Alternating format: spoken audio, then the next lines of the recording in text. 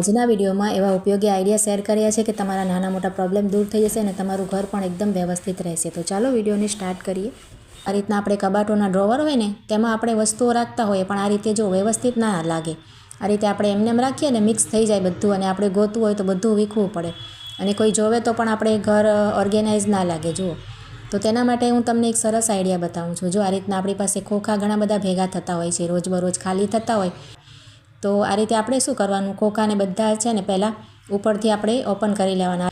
અને આ મોટું છે એટલે આ વચ્ચે તમે આ રીતે પુઠ્ઠું રાખી દેશો તો તેમાં 2 ભાગ પણ થઈ જશે, ખૂબ જ સરસ થઈ જશે। જુઓ, અને આને પણ ઉપરથી હું કટ કરીને બતાવું છું। જો તેને પણ મેં ખોલી લીધું છે, ફક્ત આપણે કંઈ મહેનત નથી કરવાની, કાતર લઈને ઉપરથી કટ જ કરવાના છે। અને અંદર તમારે કરવું હોય ને તો આ રીતે એક પેપર લગાવી દેવાનું। જો તો ચારે મેં તૈયાર કરી લીધા છે। હવે આપણે સૌથી પહેલાં છે ને આ રીતે ખાનાને સાફ કરી લઈશું, બધું કાઢી લેવાનું અને સરસ સાફ કરી લેવાનું, લૂછી લેવાનું। જો આ રીતે તમે જે પણ નાખીને લૂછતા હોય ને એ રીતે।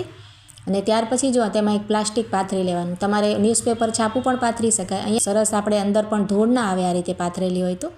હવે આપણે જેટલા પણ આપણે ખોખા કાપ્યા હતા ને બોક્સ, તેને આ રીતે ગોઠવી દેવાના। જુઓ, સરસ રીતે બધા આવી જશે ખોખા। તમારે આ રીતે માપ કરી લેવાય પહેલાંથી જ, આપણે જેટલું પણ તમારે નાનું મોટું ખાનું હોય ને એ રીતના ખોખા આપણે લેવાના ના રીતના। અને જો આ રીતે મેં વસ્તુઓ ભરીને તમને બતાવી છે। જુઓ, બધી અલગ અલગ વસ્તુઓ એકદમ વ્યવસ્થિત રહેશે। આ રીતે રાખેલું હોય તો આપણને મળી પણ જાય અને ખરાબ પણ ના લાગે। દાંતિયા વગેરે અને બધું તૈયાર થવાનું હોય ને તે ભર્યું છે, બાળકોની વોચ વગેરે। તમે પણ તમારી જરૂરિયાત મુજબ આમાં કંઈ પણ રાખી શકો। જુઓ, ખૂબ જ સરસ આઈડિયા છે, તો લાઈક કમેન્ટ જરૂર કરજો।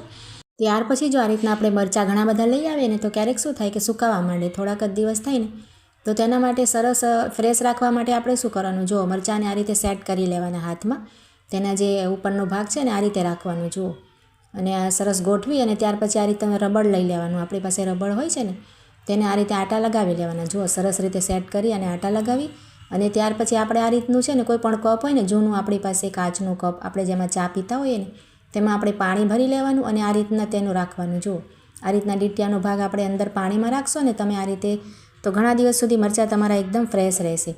અને આ રીતે મરચાં તીખા હોય ને આપણે કટ કરવા હોય ને તો આપણને ક્યારેક બળતરા થાય। જો હમણાં શિયાળામાં છે અને કટ લાગી ગઈ હોય ને તો આ રીતે તમારે પીઝા કટર લઈ શકાય। જુઓ, મરચાંને સરસ રીતે કટ કરી શકાય, એકદમ હાથ લગાવ્યા વગર જ આપણે। જુઓ, અને તેની ધાર હોય છે ને એકદમ સરસ તેજ હોય છે, તો તેનાથી એકદમ સરસ મરચાં કપાઈ જશે, એકદમ 1-2 મિનિટમાં જ। જુઓ, હાથ લગાવ્યા વગર જ।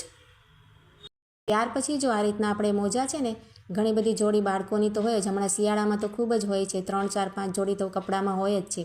તો વોશિંગ મશીનમાં નાખીએ ને તો છે ને આપણને ગોતવા પડે, આ રીતે બાળકોની સ્કૂલ માટે જોઈતા હોય તો આપણે તેને સુકવવા પણ હોય। તો જો આ રીતે આપણે શું કરવાનું, બધા મોજા જેટલા પણ હોય ને તેને આ રીતે આપણે એકબીજા ઉપર સેટ કરી લેવાના। જુઓ, આ રીતે સેટ થઈ જાય ને આપણે સરસ, ત્યાર પછી આપણે આ રીતનું આપણી પાસે રબડ તો હોય છે ને, આ રીતે કોઈ પણ રબડ તમારે લઈ લેવાનું અને આ રીતે આપણે પરોવી દઈએ ને રબડમાં, તો તમારે મોજા સરસ આપણે ખોવાશે પણ નહીં અને ધોવાઈ પણ જાય છે, એમાં મેલા નથી રહેતા। જો આ રીતે આપણે છૂટા છૂટા જરાક ઉપરથી પણ કરવાના અને આ રીતે કરીને તમે વોશિંગ મશીનમાં નાખશો ને તો એકબીજામાં વીંટળાશે પણ નહીં અને મોજા તરત જ મળી જાય, જેટલી આપણે જોડી જોઈતી હોય એટલી।